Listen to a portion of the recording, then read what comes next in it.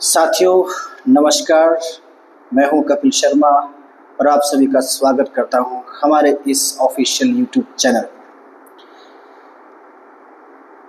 ये जो हमारा आज का वीडियो है, ये हमने विशेष रूप से उन अभ्यर्थियों के लिए बनाया है जिन्होंने अभी हाल ही में टीजीटी और जेबीटी का जो अभी फॉर्म निकले हैं तो उसको फिलअप किया है और वो तैयारी करना चाहते हैं। तो हमारा ये चैनल नया है और अभी आरंभ ही है इस चैनल का हमारा।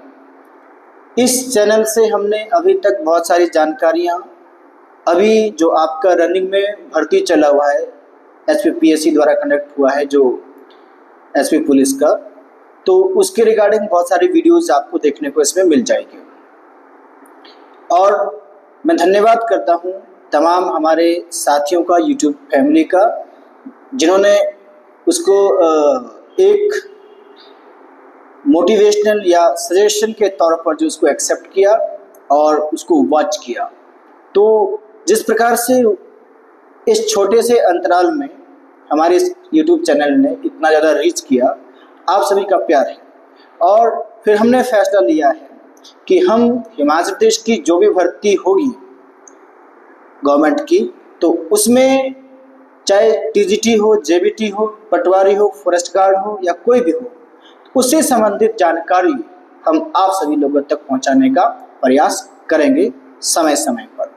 और जिनको लगेगा कि हमारी जानकारी उनके लिए लाभदायक हो रही है और पर्याप्त है, तो उन सभी से अनुग्रह रहेगा कि हम एक स्पेशल बैच भी शुरू करने जा रहे हैं टीजीटी और जेबीटी के लिए स्पेशली।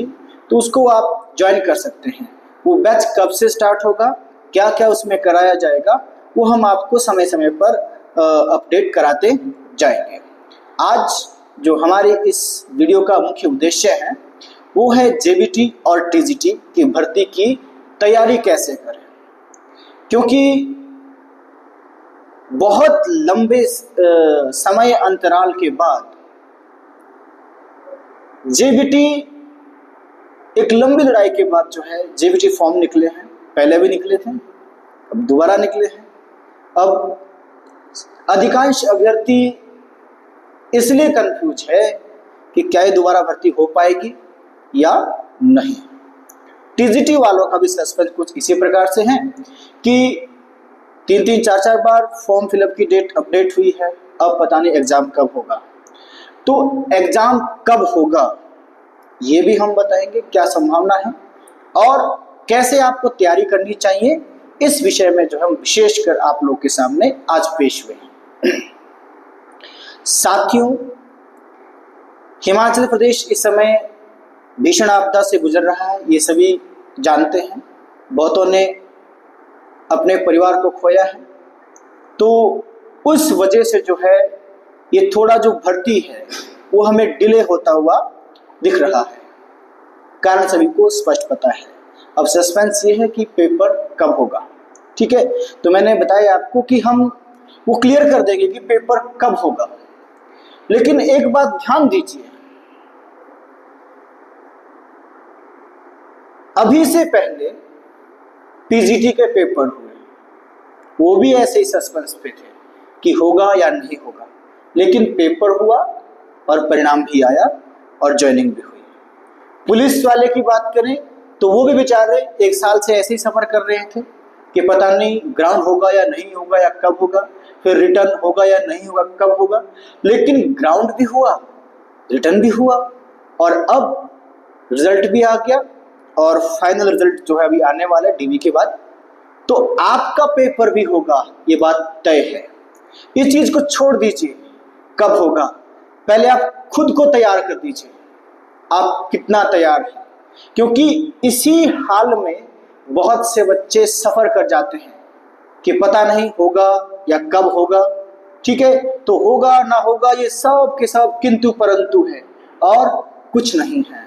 जो रण योद्धा होते हैं वो किंतु परंतु नहीं करते, वो केवल और केवल अपने लक्ष्य के ऊपर ध्यान देते हैं और उसके लिए देखते हैं कि वो खुद कितना तैयार है या कितना आगे और खुद को तैयार करना है। तो इस बढ़ती बेरोजगारी के दौर में आप सभी को पता होना चाहिए कि ये कोई युद्ध के मैदान से कम नहीं है। आपको तैयारी बहुत अच्छे लेवल की करनी चाहिए। तो हम इसके ऊपर विश्लेषण करेंगे, चाहे जेबीटी का हो या टीजीटी का हो, आपको तैयारी कैसे करनी चाहिए। अगर आप सभी को हमारा ये विश्लेषण पसंद आए तो आप चैनल को चाहे तो सब्सक्राइब करें, बाकी आपकी इच्छा पर है। और अगर लगे कि ये जानकारी किसी और के लिए भी महत्वपूर्ण हो सकती है तो निवेदन रहेगा जरूर शेयर करें। तो शुरुआत करते हैं सेशन की। हमारा जेबीटी और टीजीटी का जो है हमको तैयारी कैसे करनी चाहिए। देखिए साथियों, कोई भी हो इस दुनिया में, किसी भी फील्ड में हो, फर्क सिर्फ इतना है कि एक प्राइवेट सेक्टर है, गवर्नमेंट सेक्टर है, ठीक है, एक निजी सेक्टर है। तो अधिकांश जो है गवर्नमेंट सेक्टर की ओर आजकल ज़्यादा भाग रहे हैं, ठीक है। अब हर जगह जो है आपको एक ही चीज़ चाहिए और वो क्या है, वो है आपका सक्सेस या सफलता। आपको सफलता चाहिए या हर किसी को सफलता चाहिए, ठीक है। तो सफलता का जो राज है या सक्सेस का जो राज है वो क्या है। बहुत से आप यूट्यूबर से आपने सुना होगा या जो मोटिवेटर होते हैं, मोटिवेशनल स्पीच देते हैं, उनसे भी सुना होगा। लेकिन कहानियाँ जरूर सुनिए, पढ़िए, लेकिन सबसे बड़ा मोटिवेटर इंसान का वो खुद है। अगर वो खुद को मोटिवेट कर दे तो दुनिया की कोई ताकत उसे नहीं रोक सकती है। ये बात बिल्कुल तय है। आप अपना मोटिवेटर स्वयं हैं। अगर आप चाहते हैं तो वैसा जरूर होगा जैसा आप चाहते हैं, अन्यथा आप चाहे कितने ही मोटिवेटर के पास जाइए, आपको विफलता ही मिलेगी। तो जो आपने अभी ये करंट एग्जाम को अगर देना है और सच में जॉब चाह रहे हैं तो जॉब में भी आपको क्या चाहिए, आपका सक्सेस। और सक्सेस कैसे मिलेगी, जब आपके पास टाइम मैनेजमेंट होगा। जी हाँ, इस बात का विशेष ध्यान रखना, कोई भी वस्तु होती है या कोई भी लक्ष्य उद्देश्य जो भी है, उसकी प्राप्ति के लिए सबसे पहला पहलू है टाइम मैनेजमेंट। आप अपना टाइम कैसे मैनेज करते हैं। उसके बाद टाइम मैनेज के बाद आपको काम करना है, हार्ड वर्क करना है। इस बात का भी ध्यान दें, यहाँ पर हार्ड वर्क और स्मार्ट वर्क, बहुत तो सुना होगा कि स्मार्ट वर्क करिए, ठीक है, अच्छी बात है, लेकिन स्मार्ट वर्क कौन कर सकता है। स्मार्ट वर्क वो कर सकता है जिसका IQ level, intelligent question, brilliant हो, वो स्मार्ट वर्किंग कर सकता है, हर कोई नहीं, ठीक है। उसके बाद एक चीज और काउंट होती है इसमें, और वो है आपका लक, जो सबसे फाइनल में काउंट होगी, लक। तो ये सक्सेस का फॉर्मूला है। सबसे पहले हमारे पास टाइम मैनेजमेंट, उसके बाद हार्ड वर्क, फिर हमारा सबसे ज्यादा डिपेंड करता है इंटेलिजेंट क्वेश्चन, और फिर हमारा लास्ट में लक। और ये लक इतनी पावरफुल चीज है जो कि कभी भी आपका 5% से अधिक आपका साथ नहीं देगा, मात्र 5%। और इस 5% में इतनी पावर होती है कि वो आपके इंटेलिजेंट क्वेश्चन को, आपके हार्ड वर्क को, आपके टाइम मैनेजमेंट को, सबको फेल कर सकता है। और एक बात और, इन सब में जो सबसे बड़ा हथियार है, जो आपके लक को फेल कर देगा और आपको डायरेक्ट सफलता दे देगा, फिर आपका इंटेलिजेंट क्वेश्चन चाहे कितना ही कम क्यों ना हो, हार्ड वर्क और टाइम मैनेजमेंट चाहे कैसा ही रहा हो, लक भी काम नहीं करेगा। वो एक ही चीज है, वो है आप लोगों का स्ट्रॉन्ग एम्बिशियस, जिसे हम बोलते हैं महत्वाकांक्षा। आपकी किसी लक्ष्य को प्राप्त करने की महत्वाकांक्षा कितनी है, लगन कितनी है, आप कितने शिद्दत से उसे चाहते हैं, वो सब डिपेंड करेगा।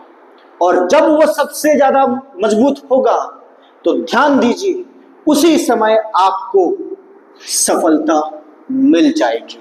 फिर लक को आपका साथ देना ही पड़ेगा। इस बात का आपने जरूर ध्यान रखना है। ये फॉर्मूला जो है, मैं बार बार कह रहा हूं कि सबका जो है एक ही निचोड़ है, वो है आपकी महत्वाकांक्षा। अगर आप चाहते हैं कि आपको जॉब चाहिए तो हर परिस्थिति में हर संभव कार्य आपको करना पड़ेगा, पूरी तरह से डेडिकेट होना पड़ेगा, बहुत कुछ इग्नोर करना पड़ेगा, तब जाके सफलता आपके कदम चूमेगी और जरूर चूमेगी। तो ये है हमारा सफलता का फॉर्मूला, सक्सेस फॉर्मूला, कि कैसे सक्सेस आप पा सकते हैं। उसके बाद जो हमारा मेन क्वेश्चन रहता है कि हम तैयारी कैसे करें। चाहे कोई भी एग्जाम हो, हिमाचल प्रदेश गवर्नमेंट का या इंडिया स्टेट गवर्नमेंट का या कोई भी हो, आप उसके लिए जो है कैसे अपने आप को प्रिपेयर करें। तो साथियों, एक चीज मैंने आप लोग को बोली हुई है, टाइम मैनेजमेंट बहुत ज्यादा महत्वपूर्ण रहता है। और आजकल खासकर लेडीज डिपार्टमेंट के लिए टाइम मैनेजमेंट करना बहुत बड़ी चुनौती होती है।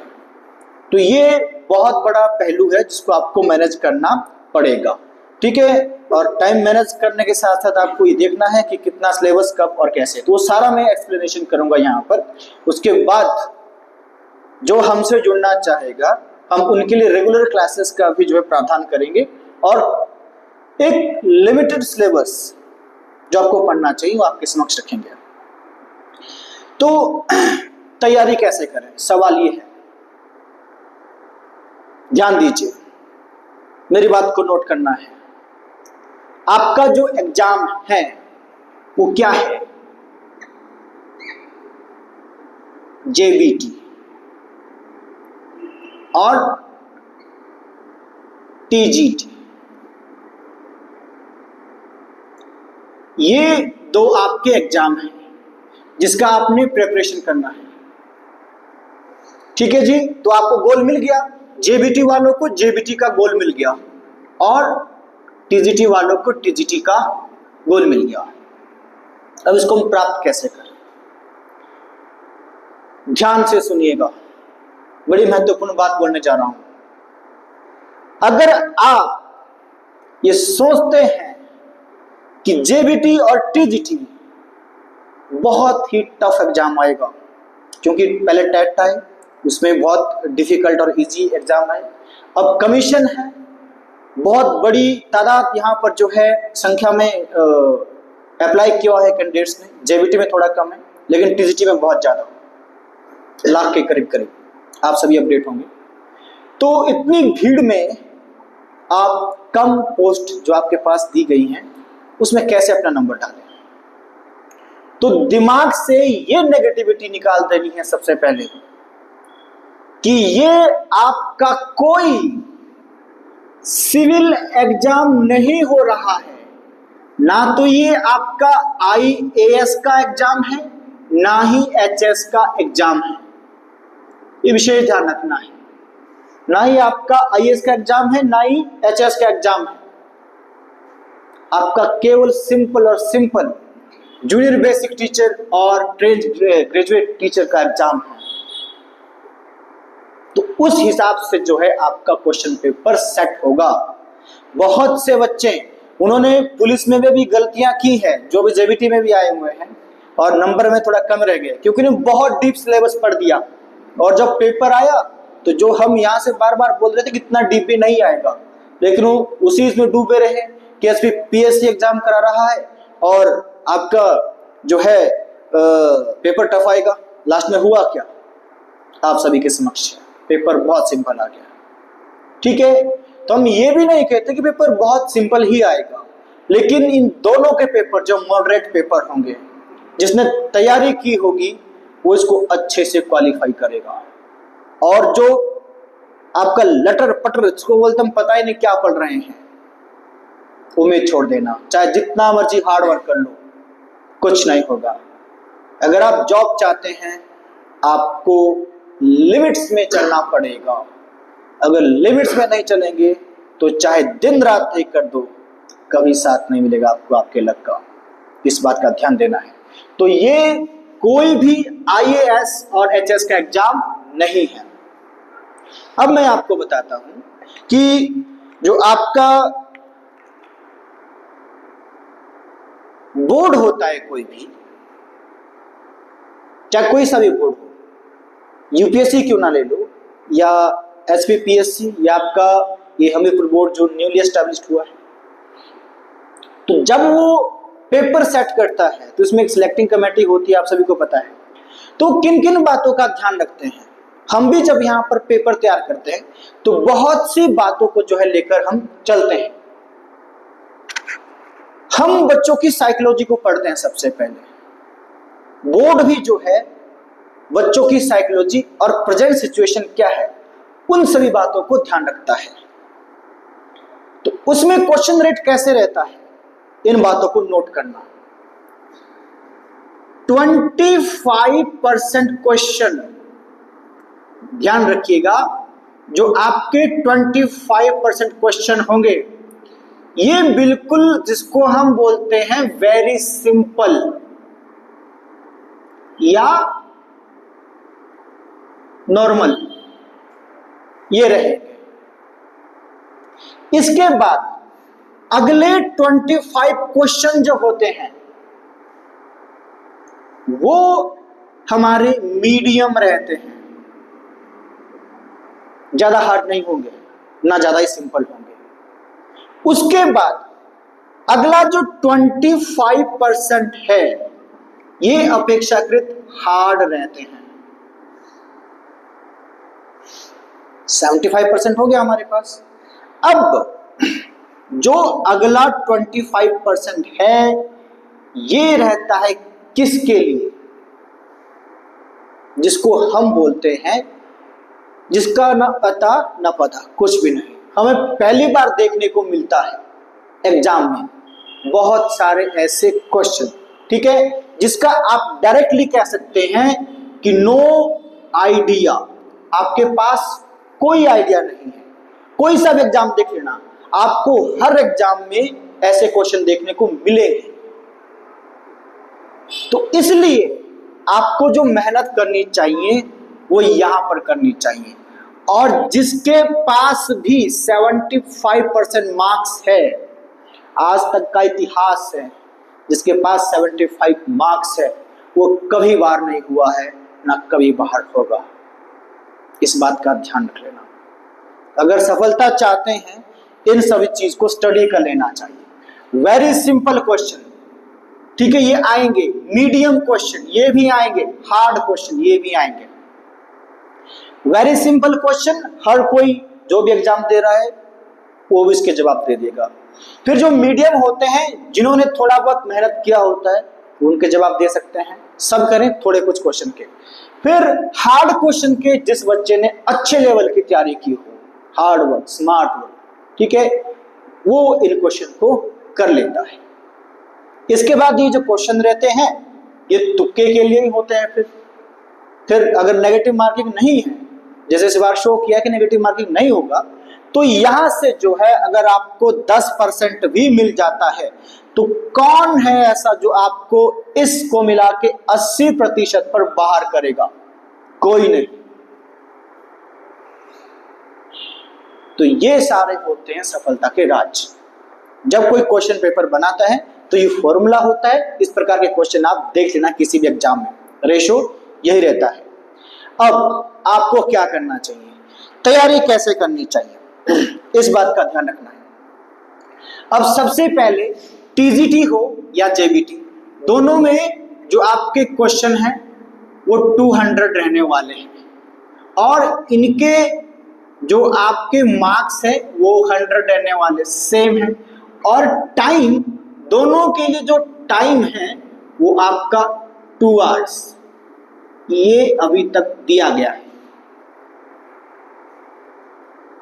क्योंकि अभी तक आज के न्यूज में है शायद कि कोई कंपनी फाइनल हो जाएगी जो आपके पेपर कराएंगे कंप्यूटर बेस्ड, ठीक है। तो वहां से हो सकता है अगर आपको 2 की बजाय 2.5 घंटा मिल जाए। अगर 2 के बजाय 2.5 घंटा मिल रहा है तो सपोज कर लीजिए क्वेश्चन थोड़ा सा डिफिकल्ट हो सकता है। अगर 2 ही आवर है तो उस हिसाब से आपका क्वेश्चन सेलेक्ट होगा, इस बात का ध्यान रखना है। अब मेरा फॉर्मूला सुन लीजिए, कैसे आपको जो है तैयारी करनी चाहिए, चाहे वो जेबीटी या टीजीटी कोई सा भी कैंडिडेट हो, इस बात का ध्यान रखना आप लोगों ने।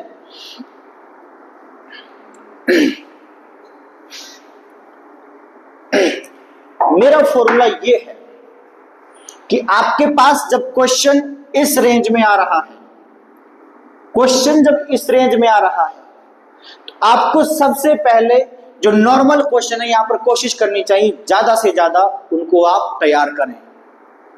बेसिक क्वेश्चन जिनको हम बोलते हैं वो ज्यादा से ज्यादा आप तैयार करें, ताकि आपका 25% में से आपका लगभग 20% तो कम से कम मिले, ये कोशिश करनी चाहिए, ठीक है। उसके बाद मीडियम, थोड़ा आपको और अच्छे से स्टडी करना पड़ेगा, डिटेल में जाना पड़ेगा। यहां से भी आपको जो है यही रेशियो रखना पड़ेगा 20 का। और hard work, sources of material कितना कलेक्शन है, दैट इज हार्ड वर्क, ठीक है। प्रैक्टिस कितना कर रहे हैं, कितने टेस्ट दे रहे हैं आप, कितना आप सेल्फ एवल्यूशन कर रहे हैं, कितना कंपटीशन में भाग ले रहे हैं, that is your hard work. आप जब तक आपका फाइनल एग्जाम होगा कितने ज्यादा टेस्ट आपने अटेम्प्ट किए, उसमें क्या कुछ सीखा, that is your hard work. नहीं तो कोई भी अगर एग्जाम देने चला जाएगा जो करेगा तो नॉर्मल तो वो भी ले ही लेगा। तो इसलिए हार्ड वर्क यहां पर आपका ये नोटिस करेगा कि कितने आप हार्ड क्वेश्चन को सॉल्व कर सकते हैं। तो अपना जो आपका स्ट्रांग है उसको और ज्यादा स्ट्रांग करिए। मैं गलतियां बताऊंगा कहां पर गलतियां कर जाते हैं, ठीक है। लेकिन उससे पहले मैं आपको सिलेबस का थोड़ा सा इंट्रो करा दूंगा। आपने आज तक देखा होगा जेबीटी हो या टीजीटी, तो यूट्यूब पे या जो नोटिफिकेशन आई है उसमें आपका सिलेबस डिस्ट्रीब्यूशन कैसे है, जेबीटी हो या टीजीटी। सबसे पहले मैं जेबीटी ले रहा हूं यहां पर। तो जो जेबीटी के अभ्यर्थी हैं वो ध्यान देंगे, आपका क्वेश्चन डिस्ट्रीब्यूशन 140 और 60 में रखा हुआ है। अब देखिए 60 में और 140 में आपका डिस्ट्रीब्यूशन किया है मार्क्स का, सॉरी क्वेश्चन का।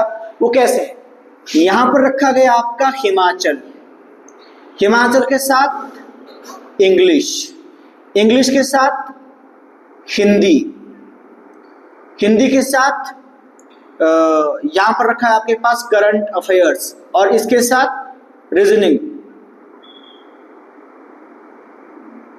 रीजनिंग।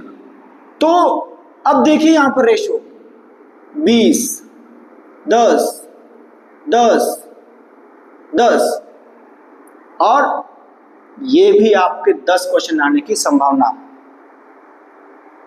कुल आपके 60 क्वेश्चन हो जाएंगे।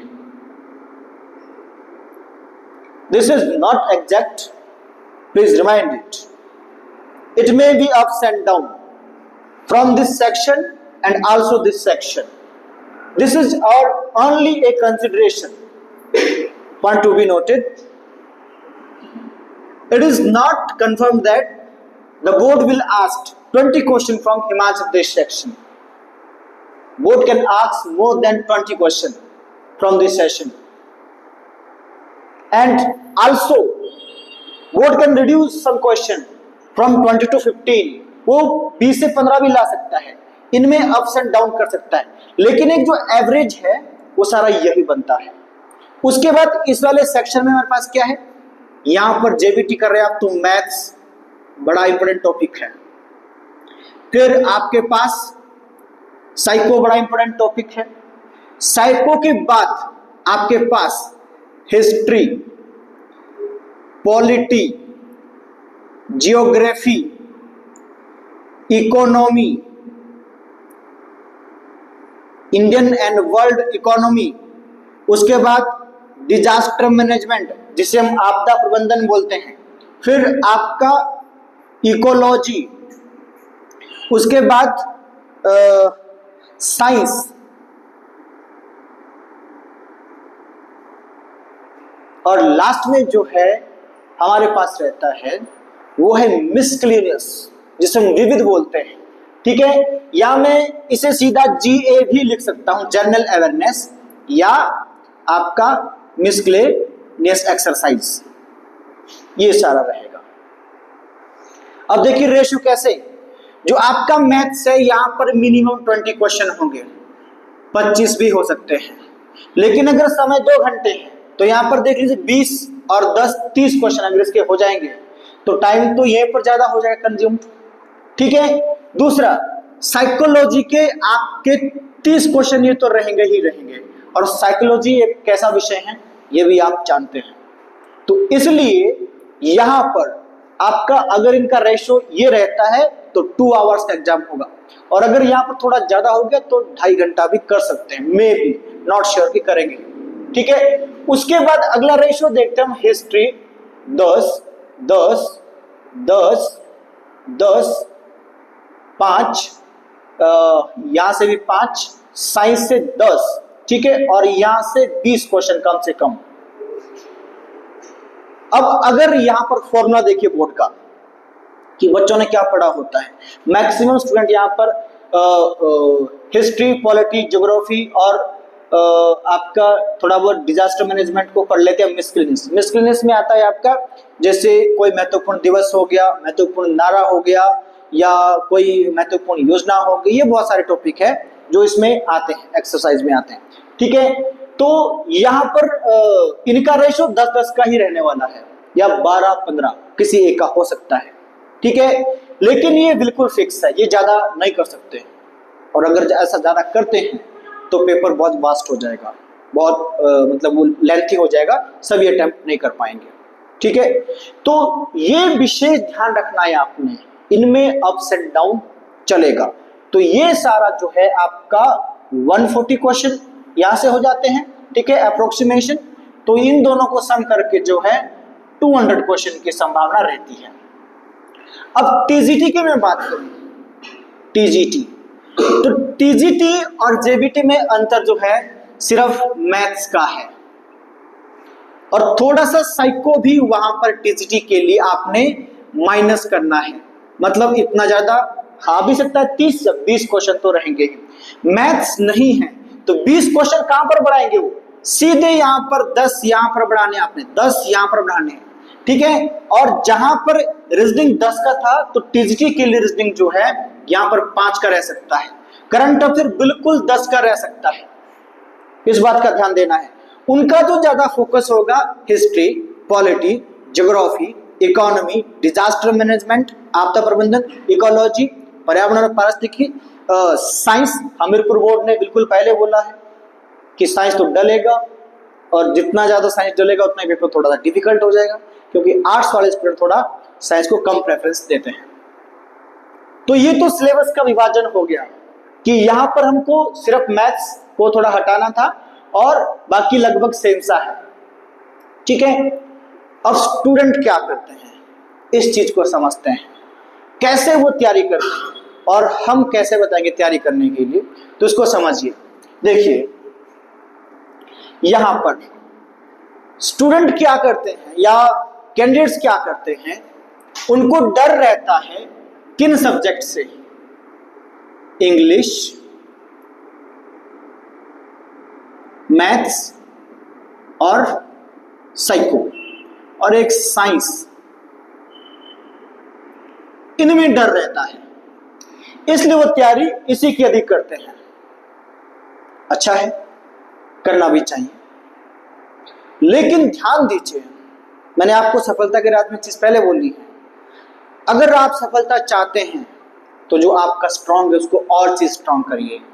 आप यहां पर इंग्लिश, मैथ्स में वेस्टेज ऑफ टाइम कर देंगे, और जो आपको आता है उसको छोड़ देंगे कि लास्ट में देख लेंगे, और फिर लास्ट में समय ही नहीं रहता, वो लास्ट कभी आता नहीं है, और फिर जो आता है वो भी गड़बड़ कर जाते हैं। देखिए, अगर मैं मैथ्स को छोड़ दूं, यहां पर 20 क्वेश्चन, 10 नंबर जाने दो, 10 क्वेश्चन इंग्लिश के, 5 नंबर इसके, कुल खेल कितने का? 15 नंबर का। इस 15 नंबर के लिए करते हैं हम बहुत ज्यादा मेहनत या माथा बच्ची, पल्ले फिर भी कुछ नहीं आता है। मैं ये तो नहीं कहता कि बिल्कुल भी नहीं करना चाहिए, लेकिन अगर सफलता चाहिए तो मैं बार बार बोल रहा हूं, आपका हिमाचल स्ट्रांग है, इसको और स्ट्रांग करिए। 20 क्वेश्चन। आप हिंदी इजीली कर सकते हैं, 10 क्वेश्चन। करंट अफेयर को पढ़िए, इसमें कोई फॉर्मूला नहीं लगेगा, इंग्लिश और मैथ की तरह। करंट अफेयर पढ़िए, ठीक है। और रीजनिंग इतना डिफिकल्ट नहीं है, 15 दिन में इजीली हो जाता है, 10 क्वेश्चन की संभावना है, ठीक है। आप हिस्ट्री को अच्छे से पढ़िए, पॉलिटिकल साइंस को अच्छे से पढ़िए, ज्योग्राफी को, इकोनॉमी को पढ़िए, डिजास्टर मैनेजमेंट, इकोलॉजी और साइंस, इसकी ओर तो देखते भी लोग बहुत कम है, इसको भी जो है आपको पढ़ना चाहिए। मैक्सिमम क्वेश्चन डालेंगे यहाँ पर। डिजास्टर देख लीजिए, हिमाचल प्रदेश में कितना आया, इंडिया में कितना रहा है, तो डिजास्टर मैनेजमेंट क्या है, आपदा प्रबंधन क्या है, इसके क्या क्या जो आगे प्रोसेस है, पढ़ना चाहिए। एनवायरनमेंट को पढ़ना चाहिए, पर्यावरण पारिस्थितिकी, इसको पढ़ना चाहिए। और फिर साइंस को, थोड़ा जनरल साइंस है, इसको भी पढ़ना चाहिए। ये वही सब्जेक्ट है जो आपको आगे ले जाएंगे, क्योंकि सबकी सोच केवल यहाँ अटकी हुई है, अंग्रेजी और मैथ में। और साइकोलॉजी के लिए ये दिमाग लगाते हैं, आएगी तो ठीक है, नहीं तो ये पता ही नहीं चलता क्या है, या थोड़ा बहुत कईयों का अच्छा होता है, ठीक है। तो मेंटेलिटी को सुधारिए अपनी, और एक टाइम बनाइए, रेगुलर टाइम बनाइए कि आपको हिमाचल कितने दिन पढ़ना है, आपको करंट अफेयर कैसे पढ़ना है। एक एक चीज को आप पहले ही दिन आप से ही तय कर लीजिए कि मुझे इतने समय में ये पढ़ना है, तो पढ़ना ही पढ़ना है। जब आपका ये सारा शेड्यूल होगा तो आपको सफल होने से कोई नहीं रोक सकता। ये बहुत गूढ़ रहस्य है, विशेष ध्यान दीजिए, ठीक है। मैं ये नहीं कहूंगा कि इंग्लिश को मत पढ़िए या मैथ्स को मत पढ़िए, पढ़िए, लेकिन इनमें भी क्या होता है, इनमें भी आपके सिंपल टॉपिक होते हैं जो मैक्सिमम कैंडिडेट कर सकते हैं। तो जो सिंपल टॉपिक है मैथ के, अगर वो 30% ही आते हैं तो भी तो 30% नंबर श्योर हो गए ना आपके। लेकिन एक डिफिकल्ट टॉपिक के लिए आप इन सब सिंपल टॉपिक को भी भुला देते हैं, चाहे वो अंग्रेजी का हो, चाहे वो मैथ्स का हो। अलग से बना लीजिए मैथ के जो सिंपल टॉपिक है, जैसे कंपाउंड एंड इंटरेस्ट, साधारण ब्याज जिसको हम बोलते हैं, लॉस प्रॉफिट, लाभ और हानि, एलसीएम एचसीएफ, बहुत सारे सिंपल टॉपिक है जो 15 से 20 आपको तैयार करने चाहिए, और उसमें से वो क्वेश्चन आएंगे जो आप कर लेंगे। अंग्रेजी में भी ऐसा ही होगा, चाहे आप आर्टिकल ले लीजिए, आप प्रेपोजिशंस ले लीजिए, आप नाउन प्रोनाउन कुछ भी ले लीजिए, ये वो टॉपिक है वॉइस जो आप कर सकते हैं, उसको और स्ट्रॉन्ग करते जाइए ताकि आपका नंबर नहीं कटे, आपको कोई नहीं रोक पाएगा। लेकिन अगर आप कोई परफेक्ट टाइम नहीं बनाएंगे तो आप सफल नहीं हो सकते, क्योंकि आपके दिमाग में कभी इंग्लिश चलेगा, कभी मैथ चलेगा, कभी साइकोलॉजी, कभी साइंस, कभी कुछ और, कभी हिंदी की किताब उठाएंगे, कभी अंग्रेजी, कभी किसी चीज की। आप सफल नहीं हो पाएंगे। आपको एक कार्य पहले पूरा करना होगा। आपको अगर सफलता चाहिए, आपको सीरीज बनानी पड़ेगी कि ये मेरे डिफिकल्ट सब्जेक्ट है, इंग्लिश है, मैथ है, साइंस है, या किसी का साइकोलॉजी है, किसी का इकोनॉमी हो सकता है, अर्थव्यवस्था हो सकता है, किसी का ज्योग्राफी हो सकता है डिफिकल्ट, किसी का कुछ भी इनमें से हो सकता है। उनको अलग कर दीजिए एक चार्ट बनाकर कि मेरे डिफिकल्ट है, और जो इजी है उनको आप रेगुलर पढ़ते जाइए और उनको और अच्छे से स्ट्रॉन्ग कर दीजिए। फिर आप ऐसा नहीं कि इनको बिल्कुल नहीं पढ़ना, इनको भी धीरे धीरे चाल में लाइए। ये जो सिंपल होंगे,